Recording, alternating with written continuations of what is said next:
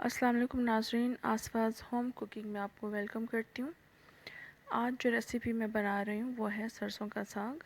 आजकल चूँकि सीज़न में है तो इसलिए मैंने सरसों का साग बना रही हूँ। मैंने 1 किलो सरसों ली, उसको मैंने अच्छी तरह से साफ़ करके डंडियाँ अलग करके और उसको धोकर काट लिया। काटने के बाद मैंने इसको 3 गिलास पानी में उबलने के लिए रख दिया। और इसके अलावा मैंने ये पालक ली आधा किलो और ये आधा किलो ही बथवा है। और पहले मैं सरसों का पानी ड्रेन कर दूंगी क्योंकि मैंने आधा घंटा पहले पकने के लिए रख दिया था। आधा घंटा पहले मैंने इसको पकने के लिए रखा। अब इसका पानी मैं ड्रेन करूंगी। ड्रेन करने के बाद पालक और बथवा मैं सरसों में डाल दूंगी।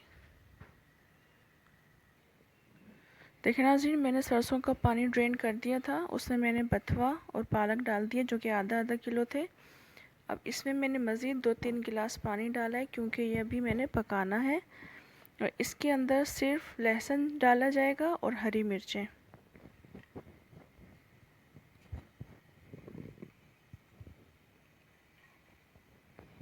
हरी मिर्चें आप अपने मर्ज़ी से डाल सकते हैं। मैंने 15 से 20 हरी मिर्चें डंडियाँ तोड़कर डाल दी हैं। और ये तकरीबन इतने लहसुन हैं, ये मैंने इसमें डाल दिए। ये अच्छी तरह से 3-4 घंटे पकेगा और फिर उसकी हल्की आंच पर, धीमी आंच पर पकाना है। फिर उसके बाद मैं आगे का बाकी का प्रोसेस करूँगी। ये देखिए नाज़रीन, सरसों का साग जो मैंने पकने के लिए रखा था, पानी डालकर गलने के लिए रखा था, इसमें पालक भी था आधा किलो और आधा किलो बथवा भी था। उसमें लहसुन मैंने 12 जवे डाल दिए थे और 15 से 20 मिर्ची मैंने हरी डाली थी। तो ये सब गल चुके हैं अच्छी तरह से। सिर्फ मैंने इसको 2 घंटे पकाया है हल्की आंच पर, बिल्कुल धीमी आंच पर मैंने इसको रख दिया था। ये बस इसका इतना पानी इसमें रहने देना है, इसको ड्रेन नहीं करना। इसी पानी के साथ मैंने इसको ग्राइंड करना है।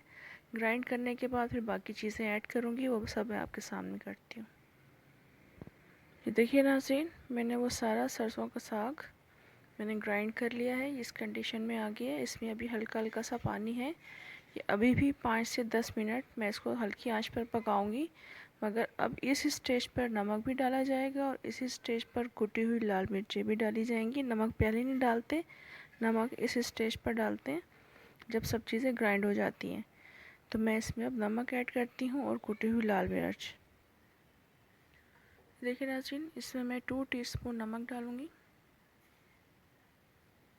नमक में बाद में भी अगर कम लगा तो मैं नमक बाद में भी ऐड कर सकती हूँ।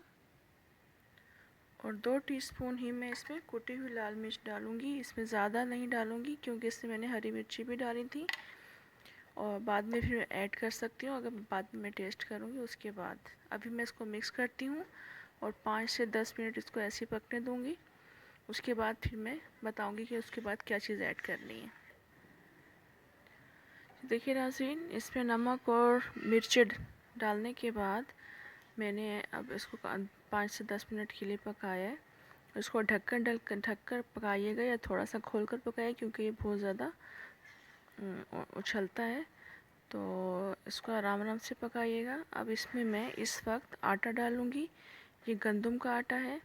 उसके डालने का मकसद सिर्फ ये होता है कि एक तो ये गाढ़ा हो जाता है, दूसरा इसमें लेस भी आ जाता है। तो अब मैंने 1 कप आटा लिया है, वो थोड़ा थोड़ा करके मैं डालती जाऊंगी और मिक्स करती जाऊंगी।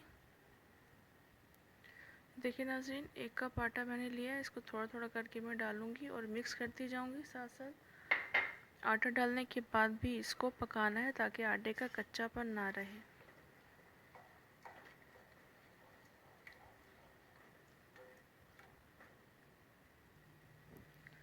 ये देखिए नाज़रीन, आटा डालने के बाद इसको मैंने 10 से 15 मिनट लगातार चलाया है, उसको पकाया ताकि आटे का कच्चापन भी दूर हो जाए और इसका पानी भी खुश्क हो जाए। और ये काफ़ी अच्छा हो गया इस टाइम पर। अब इसमें मैं बघार लगाऊंगी। इसमें लहसुन का बघार लगाया जाता है, तो अब मैं इसमें बघार लगाकर आपको उसकी फाइनल लुक दिखाऊंगी। ये देखिए नाज़रीन, मैंने पैन में घी डाल दिया है और घी पिघल गया। इसके बाद मैंने लहसुन को छोटा छोटा काट कर इसमें डाल दिए। अब इसको मैं हल्का ब्राउन, लाइट ब्राउन होने तक इसको पकाकर और मैं साग में बघार लगा दूंगी। देखिए नाज़रीन, लहसुन को इतना लाइट ब्राउन नहीं करना है, जलाना नहीं है। ये बघार में बिल्कुल रेडी है। इसको अब मैं साग में लगा रही हूँ।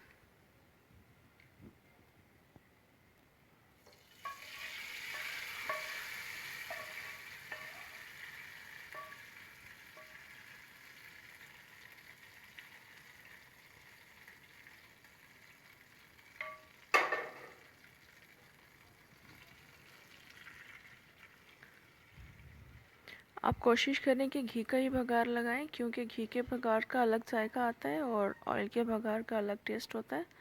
घी के बघार में लहसुन को इस तरह से लाइट ब्राउन करके लगाएं, बहुत मज़े का ये बनेगा। अभी आपको फिर मैं इसको डिश आउट करके दिखाती हूँ। ये देखिए नाज़रीन, साग बिल्कुल रेडी है। इसमें मैंने मक्खन भी थोड़ा सा डाल दिया। मक्खन के साथ ये बहुत ही मज़े का लगता है। और आप ये सोच रहे होंगे कि ये बहुत हैवी हो जाएगा, घी भी है और मक्खन भी, तो मक्खन से बहुत अच्छा टेस्ट आएगा। आप इसको ट्राई करके देखिएगा। मेरी इस रेसिपी को लाइक करें, शेयर करें और सब्सक्राइब भी कर दें मुझे। इसी के साथ इजाज़त दें। अल्लाह हाफ़िज़।